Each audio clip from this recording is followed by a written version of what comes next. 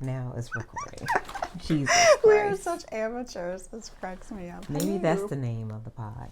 Amateurs? Amateur. Okay. Y'all make it look so easy. I know. All right, look. I don't even know where our camera is. Is this our camera or that? That little dot right there. Oh. Well, and then we've got, let's talk lighting for a second. We've got the overhead light is on, which we can turn off if it's too much. Mm-hmm. We've got a light behind the camera. Mm-hmm. There's natural light from the window. I think we actually should cut this light off. You're closer. Yeah, let me try. Is that it? Yeah. Did it do anything? Yeah. This is why I want to get rid of this mirror behind us. You ever notice whenever you look at at blogs and podcasts, they have like a whole bunch of interesting framed art or a bookcase. It's like always one or the other, or that paneled wood. But I think we could do something different. That's why I'm doing studio styling. I need that in here, my little dining room. Mm-hmm. So, hello everyone. Welcome back to whatever this is called. So this is our third installation of whatever this is going to be called. And that's some of the things we want to talk about today. The challenges. See, look, I don't even know what camera I'm looking at. This one? Well, just look at me. We don't even know to look at a camera. Hi. But that's kind of like the premise of this show. As if you've made it to number 3, you realize that this is a clusterfuck of yes. What are we doing? Trying to figure it out. Just making it work in this entrepreneurial marketing space. So I guess today we kind of want to even talk through like the challenges of like naming such a thing. Yeah, I mean, so as an example, when I started my business, I started out with all these cool ideas of what I wanted to name it, and everything was trademarked. So you couldn't get the domain, or it was in use and known by somebody else, and it was really frustrating. So then I thought, I'm going to make up my own word. I'm going to kind of like how Amazon builds its thing. Amazon. Took me a long time to get the A to Z part, but anyway. So I made up a word, and Is that what that means? Yeah, like Amazon, they have their little arrow in the logo, points from A to Z. Are you serious? How did I not know that? I don't know how you did not know that. Well, no, I know how you did, because I didn't know it for years, and I finally was From behind a truck. A to Z. A to Z. I was because think about it. Even when, so did the original Amazon logo have that? Because they started out selling books.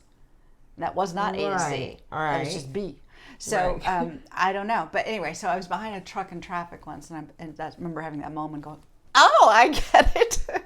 So anyway, so when I was trying to come up with the name for my business, then I made up a word.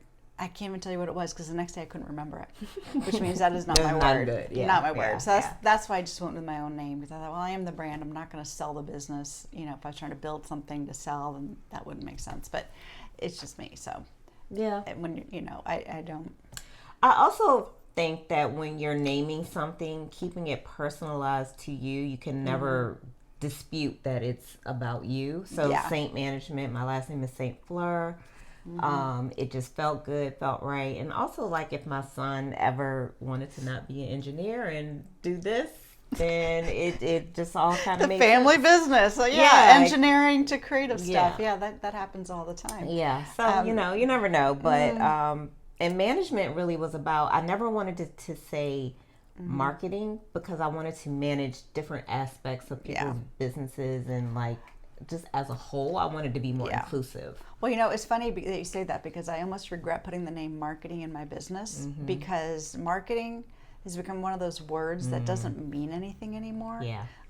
It's funny, because like when I'll meet someone who doesn't really know about marketing, and they'll say, "Oh, so you do social media?" And it's like, "Oh yeah, I need a website." It's like, well, no, it's kind of more than that. There's a lot of thinking that goes behind it, and the tools we have change, but the principles are the same. But just like we were talking about the word brand, that's another word that all of a sudden I remember everyone, we need brand management at every company, and it still, I think, for some people comes across as a little woo-woo and gray. It's like, what exactly are you talking about? Your brand identity? Are you talking about your brand strategy? Are you talking about your there's so many different, there's like 8 different brand components, and it's, people will make assumptions. So the word marketing or brand, I think, have lost a lot of meaning. I mean, I think that's also the premise of this space for us is to talk about how quickly things evolve and change and just us. I mean, BTS of how to set this shit up is just like, and I mean, this is the poor man's podcast. In my dining room, we're just like hanging on the banquet. What TikTok things we have today that we can like make this work? But I mean, ultimately, it's super hard to keep up with like the trends, the how to do, the what makes it better, and I think there is no format anymore. There's not. Well, and each business's needs, I think, are so unique that there is no, I offer this service and therefore you will enter my offer ladder here and you will boom, boom, boom. It really comes down to, no, there's no such thing. It's almost like you're a business therapist. Yeah. And that's why, like, for me, the hardest part of my business is to write out the proposal. I spent all weekend writing a proposal. Yeah. I just actually got a message saying it's so long. Yeah, it is. Because there's a lot to think about. It's a lot to think about. But then you have to take everything that's in your brain. Because I have a tendency to, I overplan, I overthink. You know this about me. That was episode. I do that, but then I'll pare it down to, then the challenge, the art of it is bringing it down to simplicity. Yeah. And that is really hard to do. And people don't, so when they see that simple, fully processed thought, they don't realize everything that went into it. Yeah. You know, and that's where, okay, this is a little sidebar, but see that little hammock out my window there? That's my thinking. I call it the magic hammock, because if I'm trying to figure something out and it's getting too complicated, I just go out there for 5 minutes. Yeah. And I got it. Yeah. You know, go to the magic hammock. Yeah, it takes a lot to work with a client and kind of, and really I always say this about people when I think about myself, like if I wanted to do something in my home, like I could paint, right? But I don't want to paint. I don't want to hire a painter because it's just not my thing. And I think clients are the same way. I love painting. There's always somebody who's going to like is the expert in something. So I have to kind of coach my clients through like me being the leader in this space and being able to come up with the ideas. And really that's why the proposal is so long, because it's just really all my thoughts and making sure that like we grasp everything. I typically do proposals. We're not really talking about proposals, but I typically do them in phases. How long is your average proposal? How many pages? 30 plus. Ooh, girl. Yeah. So you're sharing everything. I'm getting into the nitty gritty. So the way I do an intake, we have a conversation and then I kind of sit with it. I don't have a magic hammock, but I do. You need to get a magic hammock. I think I have an affiliate link. Yeah. I sit with the thoughts and kind of like iron them out and get all the details in. And also my proposal includes like the contract. Okay. Yeah. Okay. It's part That's legal, fair. part. That's fair. Part. Well, no, because I know a friend of mine, like she will put out like 90-page proposals. I'm like, I feel like that long is just, I don't know if anybody. Well, to trim it down, so 15. If you send it as a PDF, I can just put it in ChatGPT and say, tell me, summarize this for me. You could. You might miss some details, but you might. So. But I think it's super important to kind of, if you've taken the time to do a consultation with me, I'm going to share with you everything I think would work for you. I'm not going to give away my IP, but I'm definitely going to give away like the how I would position it and get there. Well, and that's the importance of that initial conversation, because you're it's like, you go to the doctor, what's bothering you, you know, and if you can really triage that well, then it makes sense. So well, one thing I've added new for me is a better intake form. Where it helps me to really see your pressure points. Is that done through conversation, or do they fill something out? They fill it out, and then I bring it into the conversation. I've always from the beginning have given homework to clients. I want them to tell me like, who are you watching? Because that tells me, one tells me if we're a good fit. Yeah. Because you might be in love with a brand that I totally don't align with, and I'm like, okay, this is probably not going to work as a client. But if I can see what you're thinking, then it helps me to position like where to go. Right. Just like for a design client, you want to see their Pinterest board. Yeah. Well, show me. Maybe not. But it's a starting point. But yeah. So we're talking about words. We're talking about words and like what brand means, what marketing means, what do we call it? How do we name our businesses? How do we how do we name this vlog? Is it a vlog or a pod? A vlog pod. I think, is this what we just talked about, right? I think the podcast is starting to get a bad, well, not starting, but I think it's starting to get a bad, like, bro. Yeah, like men with mics type thing. And we don't want to be that. And we do feel like there's value in our space because there's people out there who are entrepreneurs, who are marketers, who are women, who don't know it all, and they just want to like kind of have these real conversations and have a safe place to not know it all. Yes, where nobody's. Maybe that's the name. Safe place, safe place, harbor. So, well, we said today we would pull the Band-Aid off and we made a commitment, didn't we? We did, and we had a few names floating out there, but every last one was taken, y'all. Y'all stop making podcasts. Well, it could just be the Mika and Susan show. It could, but that doesn't tell anybody. We're marketers. We're better than that. Maybe that's the pressure, right? We're marketers, so we feel it has to be like, it has to pop. Super it has sexy. To have we call it the magic hammock. I don't know, the magic banquette. We're sitting on a banquette. So we had what were ideas? It's not that serious as the first one. It's not that serious was the first. Great name, guys. Good kudos to y'all. You could always add with Mika and Susan after it, but then it's still not. If it's actively in use. What else? What are the other ones we had? Unpolished. Rough draft. I like that too. Or in draft. It was something filtered. Unfiltered? No, was it filtered? We're filtered? Are we filtered? I don't know. And the last one was there's no other good podcast names out there. Yes, I love that. I actually love that. And the name we ended up with. Is it like because we're going to decide today? The last podcast name ever. Is that what it was, or was it shorter than that? It was shorter. Like we had acronyms. Look at your note. Refer to your notes. Oh gosh, it's not. It's in my phone, which is I'm using to do. I think it was. But we have to commit today because we want to share this, y'all. We've done this a few times. We've been quiet about it. Yeah, quiet. Kind of love it, and we're just testing equipment. Like this is our first time with different lighting. I don't know if you can tell, and we're hoping the microphones are working. I think they are, and I don't know. There's like we'll try to add one little technological advance each time, all from the TikTok shop DIY baby. And also, like, there's a space. So let's kind of talk about the things we want to talk about before we name it. So of course, it's marketing. There's lifestyle. There's motherhood. Dogs. Dogs. I won't tell you my latest dog story. Never mind. Her dog needs a therapist. There's our children. There's so many things. But really, ultimately, we come to these monthly to kind of talk through like our challenges in our business. Right. Well, which kind of brings up the whole competitions at the bottom, collaborations at the top. What I've only been here a couple of years, and what I found is that when I moved here, once I found my people, who like actually want to talk about marketing and stuff, but you find people that support you, and everybody has, even though businesses may look similar, they have different angles and different approaches, and there's enough business for everybody. And so what I have found, which I wasn't expecting, because having left the corporate world and being new here, is the collaboration of all these small consultancy type businesses that all work together. And it's beautiful. I mean, as an extrovert, it's great for me because I get to go out and talk with other people, and I don't know, I love it.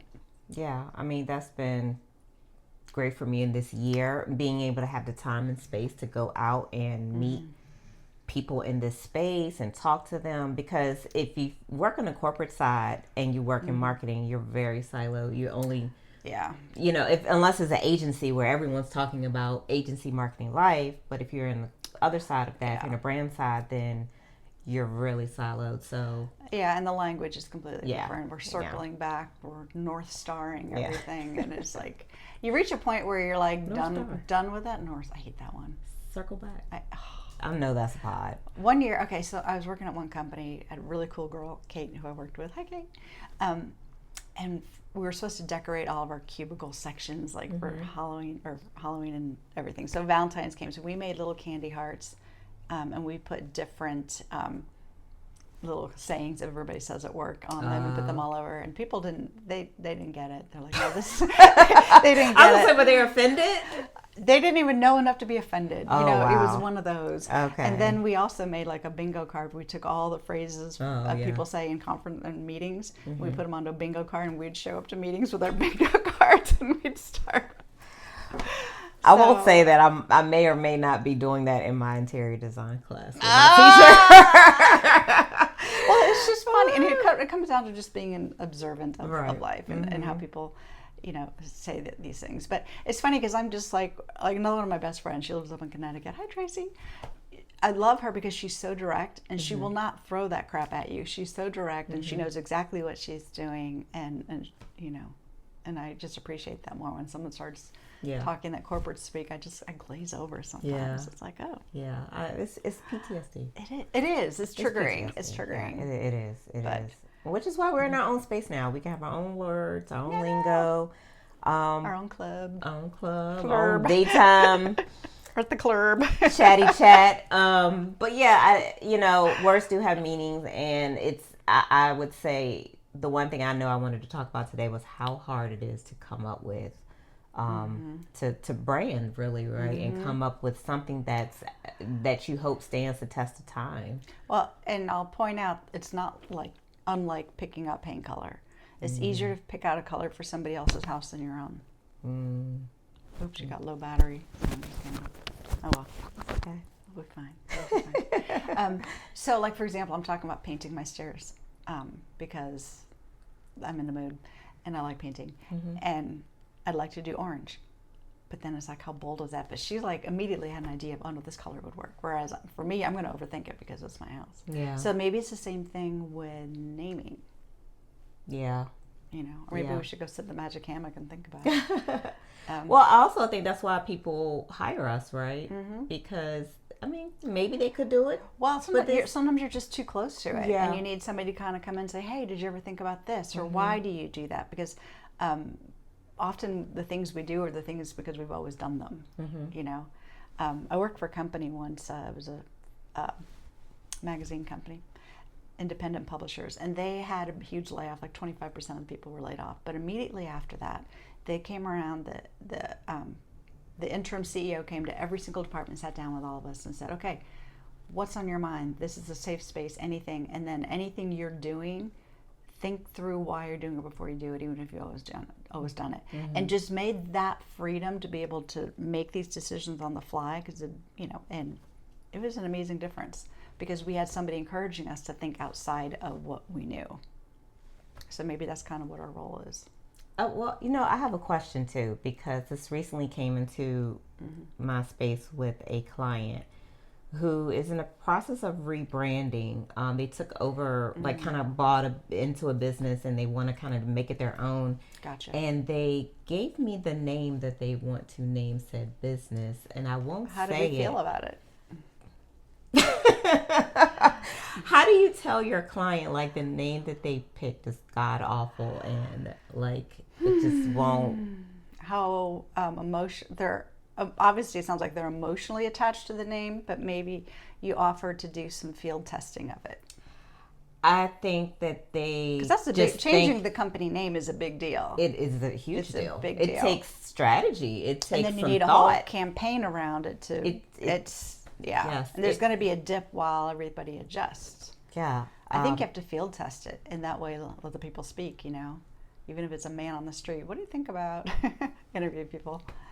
Is that how you would position the client? Would you say to them their name sucks, or would you say let's think on it? I think there's a different North Star we can be driving towards. Okay.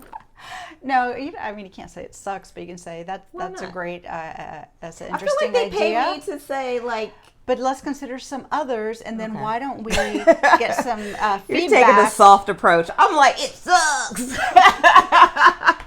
I don't have time for suck. Girl, I'm from the Midwest. Okay, all right. But no, then you get then I lean back towards the data. You do some kind of research, whether it's just talking to people in a market where maybe there's people milling about that are of that target market. Because again, how much money do you want to spend on research? The bigger companies, they will spend a lot of money on research, do all their seed reports, all of that. If you're working with a smaller client and, you know, they're coming up with their idea and they're on their own banquet in their dining room and they're like, this is the best thing ever. And you're like, you know, you have to stress test it in some way. Okay. And so I think you bring in maybe a few other name ideas that you're thinking of, and then you just take them to people who might fit their target market and have conversations. Okay. That's good. Because you just say that sucks. You just say no, not doing it. Yeah, I think I will take a softer approach. It just kind of caught me off guard that it was like so not that great. And I'm be honest with you, I don't think it is a bad name if I thought they had the resources to really, like you said, stress test it and like put the thought. Sometimes silly works if you can really position it. Or maybe is it a sillier name? Is it? Because silly, can you turn it into generic. A tagline? Because I believe in the power of a good tagline. Not that I have one, but I believe. Actually, a funny story. So, Your Home Only Better, my design blog, was the tagline for my staging company called Rooms That Work. So I was writing about staging, and then I got tired of writing about staging. I wanted to write about other things. So I then spun off Your Home Only Better as its own blog, and then it took off. So I think that. So you have no problem naming names unless it's our name. Yeah. How about? You know what happens? These things really, for me, I don't know. For me, it's like an energy thing. Like it'll just come to me, and it's like boom, that's it. The end. The magic hammock. I'm telling you. Yeah. So I guess that kind of brings us back to our name. Like, do we have to decide right now? I think. Or should we talk a little more first? We should talk. Okay, let's talk. Well, we were hoping that this was the episode we were looking for clarity, damn it. And we actually talked ourselves into more talking. Right? Right. Yeah. But it's kind of like it's just the two of us right now talking, and maybe if we were talking, what about All Tides? No. No. That had its own home. It had its own home. It had its own time. Yeah. It sounds like we're wanting to be a little bit strategic but goofy with it. In other words, if we can't have it be, it's not that serious, which I think was both of our first choice. I'm having commitment problems right now. I think, this kind of brings us back to the challenges as a marketer. I think this is really how it is in real time. We're seeing like how strategy really works. Are we trying to throw a brand identity element in before we've done any kind of strategy for it? Because I think we sort of wanted to just talk organically and see where it took us and see if we then had this like great idea. But maybe we need to get more clear on what our mission is. I think our purpose. Well, I think that was actually our strategy was no strategy. Maybe that's the name of the podcast. I may be. I think we wanted this space to feel more fluid. freer than our own work that we do. Which is why it's hard to name it, because then you feel like you're putting walls up around it. Oh, you just had a thought. I can see it. You had a thought. What was it? No, I mean, like, you're right. Like, you know. If we don't name it, then it doesn't have any restrictions on it. Yeah. The No Name Podcast? You could like really probably see. We're gonna add little like bubbles above our head on this. No, we're not editing. That's right. We're not. See, here's the problem. We're not editing. We're one take. We are just talking freely. If we look crazy that day, we look crazy that day. Like, we're just trying to keep this as real and organic as possible. And I guess that real talk is taken too. All the talk names are taken. All the talk names. I think that's why it is having such a hard time in a hard space, because it's just very unfiltered. Oh, see, that was the word I think. Unfiltered. I'm sure that's the name. But then it sounds like we're going to swear a lot, doesn't it? Unhinged, unfiltered. Well, you know what? We can't force it. We can't, and yeah. You can't, but it will be named. If we had an audience, we could ask for suggestions, but nobody knows we exist yet. So we're here. Help! Name ideas. I look, a light bulb just went off. I think I do have a thought, but I won't share it on here. I will wait.